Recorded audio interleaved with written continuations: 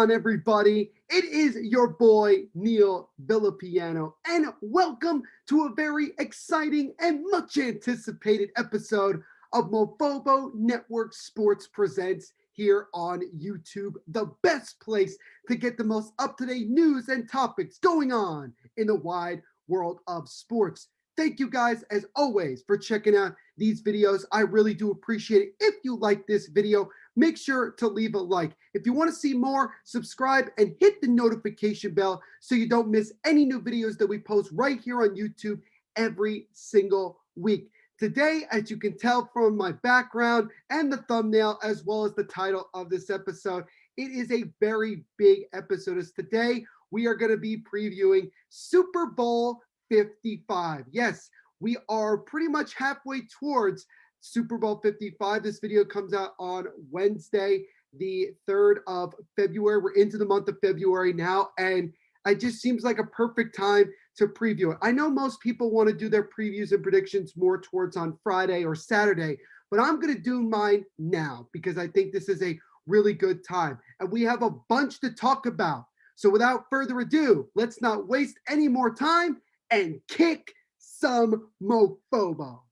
So Super Bowl 55 at Raymond James Stadium in Tampa Bay, Florida, will feature the Kansas City Chiefs, the defending Super Bowl champion Kansas City Chiefs, against the Tampa Bay Buccaneers. This game will be on Sunday, February 7th, starting at 6:30 p.m. Eastern Time on CBS. You could also watch on the CBS Sports app and listen to it on ESPN Radio, ESPN Deportes, if you listen to it in Spanish. But this is the first time that the host team will be playing in the Super Bowl. What do I mean by that?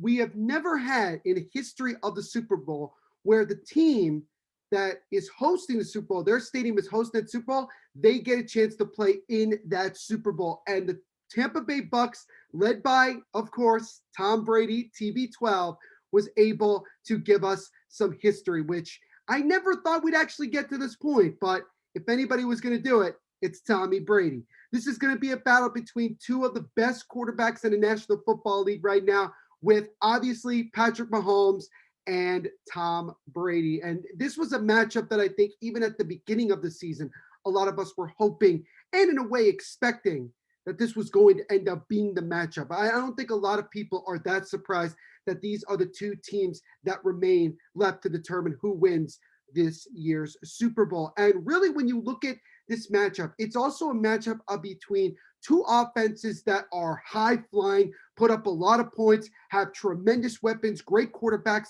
but also have very, very solid defenses with a lot of big names on that side as well. So what we're going to do is we're basically going to be previewing both teams. And then at the end, I'm going to give you my score prediction, who wins the Super Bowl and who is going to win Super Bowl MVP. So let's start with, I guess you would really say it, and it's really obvious this time, the visiting Kansas City Chiefs, the defending Super Bowl champions. This is their fourth Super Bowl appearance in their history and their second in a row, as they'll look to try to capture their second consecutive Super Bowl and their third title overall. The Chiefs offense, which is basically run by Andy Reid, the head coach of the Kansas City Chiefs, and obviously the brilliant offensive coordinator, Eric Bieniemy, have scored 30 plus points 10 times this season, including the playoffs. They are clearly far and away the best overall offense in many statistics in the National Football League this year. They finished 6th in points per game, 1st in yards per game, and 3rd on third down conversion. So this team knows how to put points on the scoreboard. And we know how big, NFL fans are when it comes to seeing a lot of points in games. The Chiefs do not disappoint. They are an offense that you pay a lot of money to go see week in and week out. And of course, they are led by arguably the most pretty much prolific quarterback we have seen, and arguably, possibly, once Aaron Rodgers retires, will be the most talented overall quarterback in the National Football League. That is Patrick Mahomes, who now basically makes about $500 million with his $500 million contract, which he signed this past offseason. And Mahomes has already gotten off to a fantastic start in his career. Think about it. Second year in the NFL 2 years ago, wins an MVP. Third year, wins a Super Bowl and Super Bowl MVP. And then before this year, like I mentioned, the $500 million, ladies and gentlemen, contract extension from the Kansas City Chiefs. He comes into the Super Bowl with an astounding 44-9 record overall, and that includes the playoffs. So clearly, this guy is all about winning in his very, very young career. He finished this season with 38 touchdown passes, just 6 interceptions, and he also threw for 316 yards per game, which was the best of any quarterback in the NFL this season. He also threw for 462 yards, 3 touchdowns in the Week 12 matchup against this same Buccaneers team. So this isn't the first time that these two teams are facing off against one another. They have some experience. I'm sure both teams are going to be looking at the game film from that game to see what they can improve on to have a better performance in the biggest game of them all. But Patrick Mahomes doesn't do it just on his own. Even though he's incredibly talented, and if you put him on virtually any team, they would be really, really good. He is led by some of the best weapons in the National Football League. Tight end Travis Kelce, who's coming off 13 catches in the AFC Championship game, which is now a new AFC Championship game record. He also broke George Kittle's record for most receptions and most yards in a season by a tight end. You also have Tyreek Hill, one of the fastest, if not the fastest, wide receiver in the NFL. They don't call him Cheetah for no reason.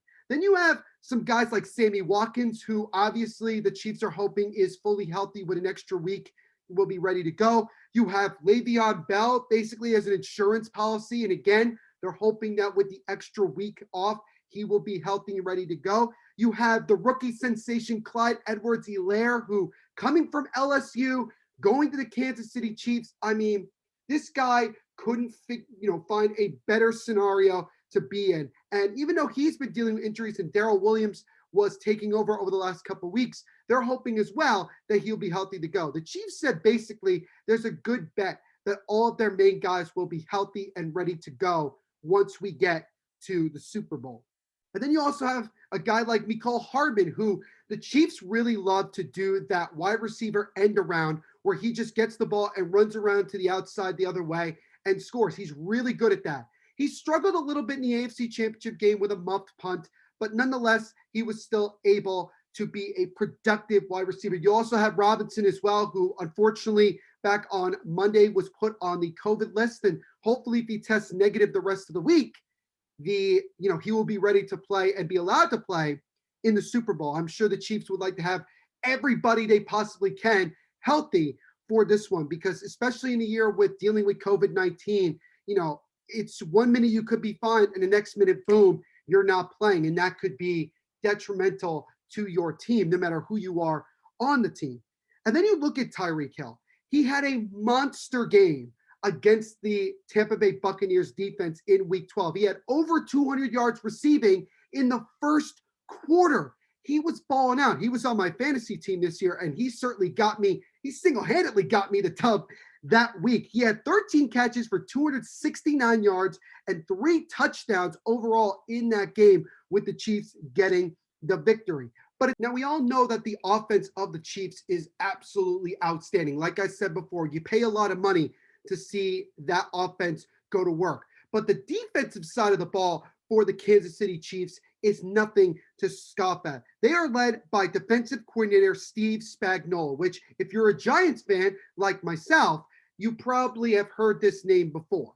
I mean, what he did in Super Bowl 42 with the NASCAR defense to blitz Tom Brady and to give the Giants a chance, which they ultimately took advantage of to win Super Bowl 42 and to prevent the Patriots from going 19-0, is certainly nothing to write off about. And so he has a lot of experience and is certainly going to use that game tape to show his defensive line and his defensive general to say, this is how we get to Tom Brady. Because in many ways, it's still the same thing. The Chiefs' defensive rating this year was 89.4, which was 10th best in the National Football League, and they average about 262.2 yards per game. So even though this isn't one of the best defenses in the National Football League, they still have a lot of guys that can really get the job done. You have L'Jarius Sneed, Bashad Breeland, Rashard Fenton, Charvarius Ward, and obviously the honey badger in Tyrann Mathieu. All of those guys as defensive backs, they can all make really good plays. Then you have also guys like arguably one of my favorite defensive players in the National Football League, Daniel Sorensen. And then you have some guys in that defensive line, Chris Jones, Frank Clark, who love to talk a lot of smack. And I remember Mike Florio and Matt Sims on Pro Football Talk on NBC were kind of doing some bets, and they were saying, how much trash talk are those guys going to give Tom Brady?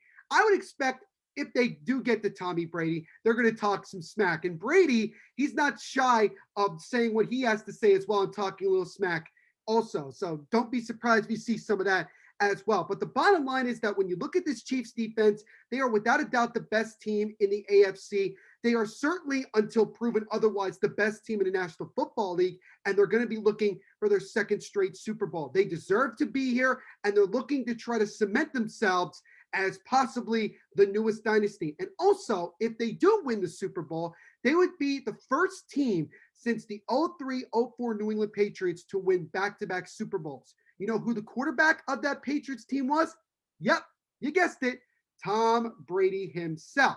Now, shifting over to the Bucs, and before I start that, you guys are wondering, well, Neil, you just said you were a Giants fan. Why are you wearing a Patriots jersey? Well, I think that because it's a Tom Brady Super Bowl jersey, I thought it was kind of fitting to wear it. And I also have really bad luck when it comes to, getting players' jerseys before they get traded. They usually get traded or leave right after I get them. So in a way, I kind of did people a favor by doing this. So if you have anybody to thank for Tom Brady to leave the Patriots and end that, whole reign there, you have me to thank.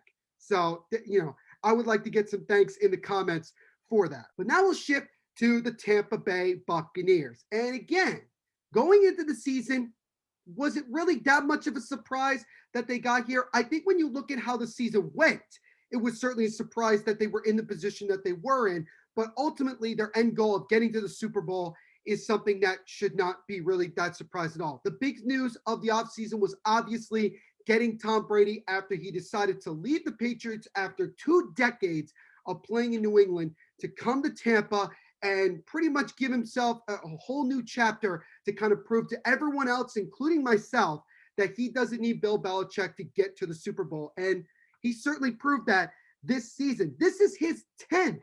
I'm not making this up. This is Tom Brady's 10th Super Bowl of his career. Think about it. This is the 55th Super Bowl, and this is the 10th time that Tom Brady's been featured in it. So you mean to tell me that 1/5 of the Super Bowls that we've had so far in the history of the NFL, Tom Brady's been in? That's pretty remarkable. That to me has solidified Tom Brady as the greatest of all time when it comes to the quarterback position. I still think that Tom Brady is one of the greatest, if not the luckiest quarterbacks of all time when you consider how he got the starting job in New England, but he took that opportunity and just ran with it. And as you can see from his body of work, he certainly has put in the work to earn himself the GOAT status. Tom Brady this year, 40 touchdowns, which is more than any quarterback has ever thrown at age 43, and he threw 12 interceptions. I mean, we could all of us dream to do the type of work and have the success at his age. He's 20 years older than I am, and I would love to think that I could have success like that, even though I'm not going to play in the National Football League, but to have success like that at his age. I mean, that is absolutely phenomenal what he's been able to do in his career, and especially at the age of 43. And we know that obviously Tom Brady wants to play till he's at least 45. He's also given thought to maybe playing past that. I mean, he's trying to basically be the Gordie Howe of football, where he just continues to play and everything. And I still remember, I think it was like 7 or 8 years ago, Tom Brady said basically out front, he goes, I'm going to keep playing till I suck. And that's pretty much what it is. And Tom Brady does not suck at all. He has been phenomenal in his first year with the Tampa Bay Buccaneers. He had a solid game against the Kansas City Chiefs in that Week 12 matchup, throwing for 345 yards, 3 touchdowns, and 2 interceptions. So again, he was able to lead somewhat of a comeback in that game after the Bucs went down early, but it wasn't enough to beat the Chiefs. So they'll look to try to get some revenge and win a Super Bowl against the same Chiefs team on Sunday.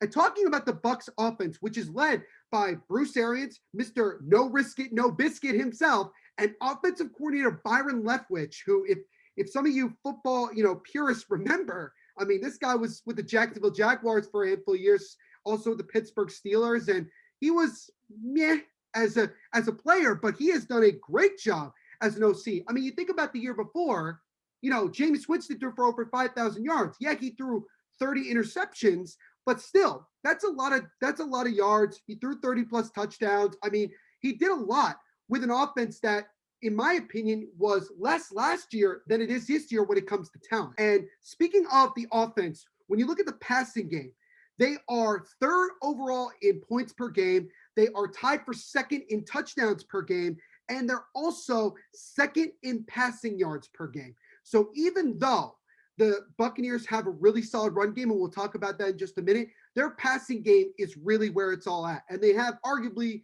well, not arguably, in my opinion, certainly the greatest quarterback of all time in Tom Brady himself. But just like Patrick Mahomes, Tom Brady doesn't do it alone. He has a plethora of weapons. He has Mike Evans, Chris Godwin.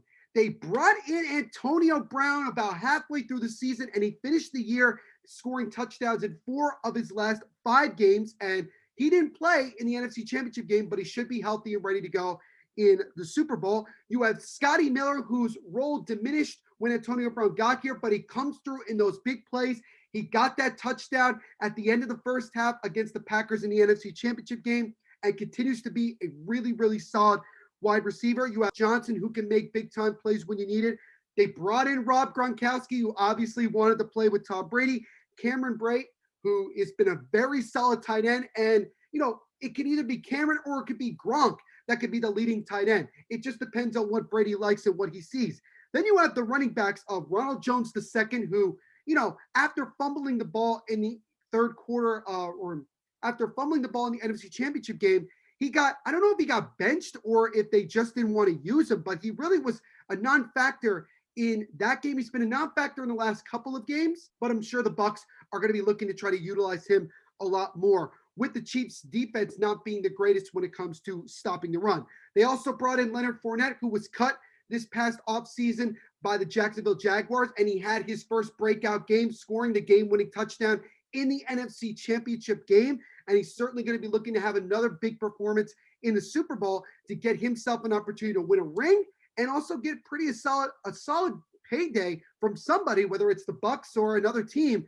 at going into this offseason. You have LaShawn McCoy as well, where there's probably a small chance that either he's healthy or even if he is, they may not use him very much. We shall see. But if you look at that and you look at these two offenses, they both have the same amount of really talented weapons at the quarterback, wide receiver, tight end, running back positions. I mean, these are arguably the two most talented offenses we have seen in a Super Bowl in quite some time.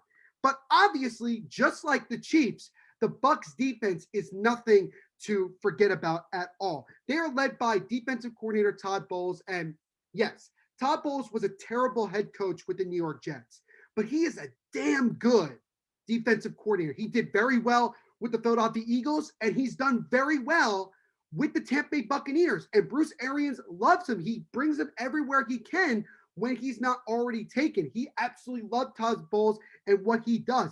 He is one of the most aggressive blitzers, and it usually works out in his favor. He brings up a lot of different formations, which confuses offensive lines, and they're able to create a lot of turnovers. This defense actually has a nickname. They're called the Grave Diggers. So that's kind of a funny, that's a funny name to kind of have. But obviously, when you look at defenses, and we know the whole saying defense wins championships, you obviously need to have some sort of an iconic name when it comes to this. They were 8th in points per game, 6th in yards per game, and they were tied for 5th in turnovers. And they really turned it up a notch in the postseason, especially when they played the Saints. They forced a couple interceptions, I think 3 actually, from Drew Brees. They forced a key interception from Aaron Rodgers, and they got a bunch of sacks. They got 6 against Aaron Rodgers, and they got, I think, 4 or 5 against Drew Brees. So this team blitzes a lot. They can get to the quarterback, and they can force you to make a lot of mistakes. And here are a handful of the main guys on defense I want you guys to keep your eye on. Quarterback Sean Murphy-Bunting, safety Antoine Winfield Jr., cornerback Carlton Davis, who I think will most likely be paired up against Tyreek Hill most of the game, quarterback Jamel Dean, free safety Jordan Whitehead, linebacker Levante David, linebacker Devin White, who I don't know how he wasn't a Pro Bowler or even just a first-team All-Pro. He had a tremendous year, 140 tackles and a handful of sacks. He was absolutely balling out from the first game to the NFC Championship game. Then former New York Giant Jason Pierre-Paul, who obviously has experience beating Tom Brady in the Super Bowl. He was part of the Super Bowl 46 winning team, and now he joins Tom Brady looking to try to get his second Super Bowl title. Shaq Barrett, who a year ago was arguably the best defensive player in the National Football League, even though this year he only got 8 sacks, he was still an impactful player, one of the top 5 linebackers / defensive ends that could at least rush the quarterback. He's certainly a guy that should be paid a lot of money for what he does. Then you have Ndamukong Suh, who yes, is no longer stomping on other players and causing a lot of havoc. He's really just causing havoc for quarterbacks because he is great in the middle of that defensive line and bull rushing the center and the guard and making big time plays. He is still as good as he's ever been. And also the Bucs get back defensive tackle / end Vita Vea for this game. So their defensive line just got a whole lot healthier and a whole lot better. And knowing that Mike Remmers, the backup left tackle, is going to have to be, a big contributor in blocking Mahomes' blind side, JPP must be licking his chops, ready to go to try to get a couple sacks on the $500 million man. So really, that's what you have in the Super Bowl with these two teams. And now let's go to my Super Bowl predictions. So Neil, who do you got winning Super Bowl 55? To be honest with you, this is going to be a high-flying offensive game. It's going to be a lot of fun to watch. I think both defenses are going to struggle most of the game, but it's going to come down to which defense makes that key play in the game that puts it away. And to me, I think the Bucs defense is going to do that. I think they're going to get revenge in one way or another. Maybe they'll force a turnover, get a key sack to win the game. But I have the Bucs squeaking by with a 39-37 victory in Super Bowl 55.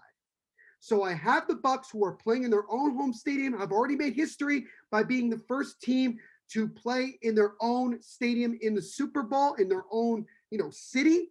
And I also have them being the first team to win it in their home stadium / city. So the Tampa Bay Bucs are going to win this Super Bowl 39-37. And my Super Bowl MVP is not much of a surprise.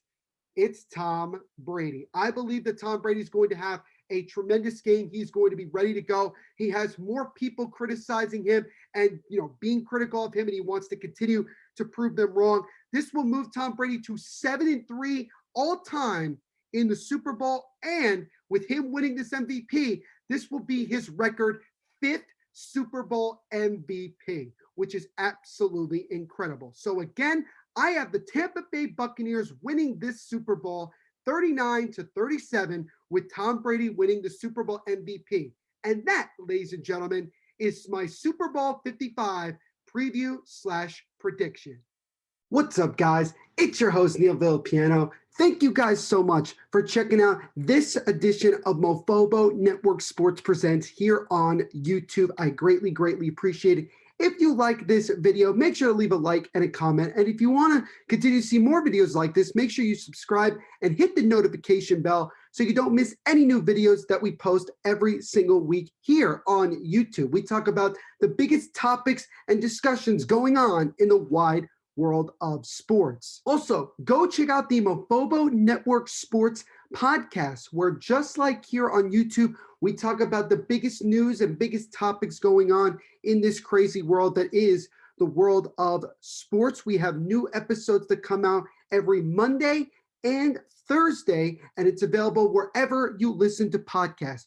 All you have to do is just search Mofobo, Mofobo Network Sports Podcast, or my name, Neil, Neil, Villapiano, Villapiano, and you will find it.